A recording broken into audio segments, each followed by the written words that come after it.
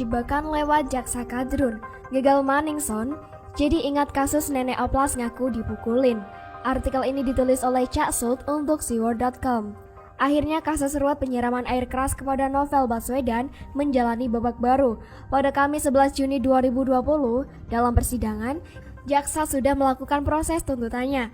Seperti sudah kita prediksi, bahwa kasus ini akan dibuat heboh dan kontroversial akhirnya memang benar-benar terjadi. Semua orang seperti yang diharapkan oleh kelompok Novel dan sekutunya. Ribut saat jaksa penuntut umum kasus penyiraman Novel memberikan tuntutan ringan kepada para pelaku penyiraman. Tuntutan yang dijatuhkan terbilang ringan dan langsung ramai menjadi bahan perbincangan masyarakat. Karena menurut mereka sangat tidak adil dan tidak mencerminkan keadilan bagi Novel Baswedan, yang banyak orang bilang sebagai KPK Taliban itu. Entah kenapa dia disebut sebagai KPK Taliban, bisa jadi karena tampilannya atau bisa jadi karena dia pro Taliban. Jadi kalau gitu masyarakat mana yang ribut ya? Tentu saja yang ribut dan tidak terima, ya masyarakat pro KPK Taliban lah. Buat masalah sendiri, ribut sendiri, paham? Kemudian seperti sudah kita duga juga, masalah dakwaan ini mulai digoreng oleh para Taliban yang ada di KPK dan di lain sisi juga oleh para kadrun sekutu mereka yang sudah tak sabar menanti untuk menggoreng isu. Tentu saja untuk menjatuhkan wibawa pemerintahan yang dipimpin oleh Jokowi. Para kadrun mulai menyerang Jokowi, termasuk YLBHI yang sudah kita duga juga pasti ikut menggoreng isu ini untuk menjelekkan nama Jokowi. Padahal YLBHI selama ini bungkam saat Jokowi diserang secara membabi buta, baik oleh para politikus jahat maupun oleh media, baik mainstream maupun media abal-abal. Mana suaramu YLBHI? Jangan-jangan YLBHI isinya kadal gurun semua, pemuja Taliban, ISIS, dan Khilafah. Sehingga mereka bungkam saat melihat Jokowi diserang sana-sini, bahkan difitnah PKI, Cina, dan antek asing. Kasus ini terus digoreng oleh para oposisi, dan ternyata netizen cerdas telah belajar dari kasus Ratna Sarumpait.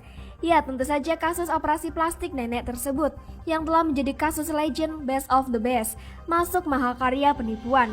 Bahkan sampai-sampai Prabowo Sandi melakukan konferensi pers di media elektronik untuk menjelekkan pemerintah lewat kasus nenek genit itu. Untungnya Gusti mboten sare, aparat kepolisian bergerak dan akhirnya kedok kasus penipuan terbesar abad ini terbongkar juga. Harusnya para kadrun kehilangan muka, nyatanya muka mereka malah tambah tebel, gak ada malunya. Dalam kasus ringannya tuntutan jaksa dalam hal ini terdakwa kasus penyiraman air keras kepada Novel Baswedan pun, netizen juga tidak tinggal diam. Mereka mulai mengorek dan mencari tahu siapa jaksa tersebut.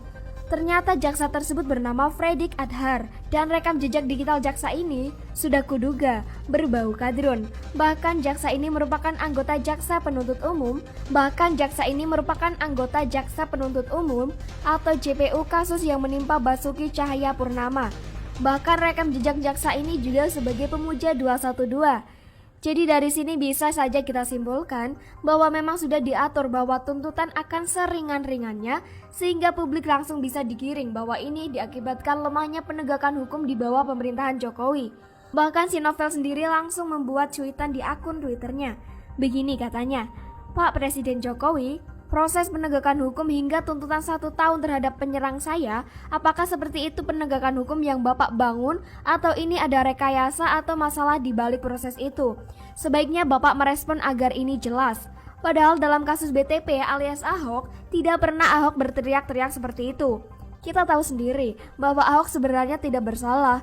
Bagi yang masih ngotot Ahok bersalah, silahkan tonton lagi videonya berulang-ulang di mana Ahok menyebut sebuah ayat. Tidak ada. Di dalam video Ahok hanya mengingatkan bahwa ada manusia yang tega menggunakan ayat untuk meraih posisi. Salahnya di mana? Dalam hal ini kita bisa melihat bahwa apa yang dilakukan oleh para Taliban dan kadal gurun bisa jadi merupakan jebakan agar Pak Jokowi bertindak. Dan bila Jokowi bertindak, mereka akan kembali teriak-teriak bahwa Jokowi salah karena sudah melakukan intervensi hukum. Jelas bukan, ini merupakan permainan mereka para pendukung ideologi gurun. Kita harusnya sudah paham itu dan terbukti bahwa Jokowi tidak terpengaruh dengan masalah ini. Biarkan saja mereka dengan rencana busuknya. Jokowi dan kita para pendukungnya harus lebih cerdas dan tidak terpengaruh oleh gaya permainan licik mereka. Nah, begitulah kura-kura. Bagaimana dengan Anda?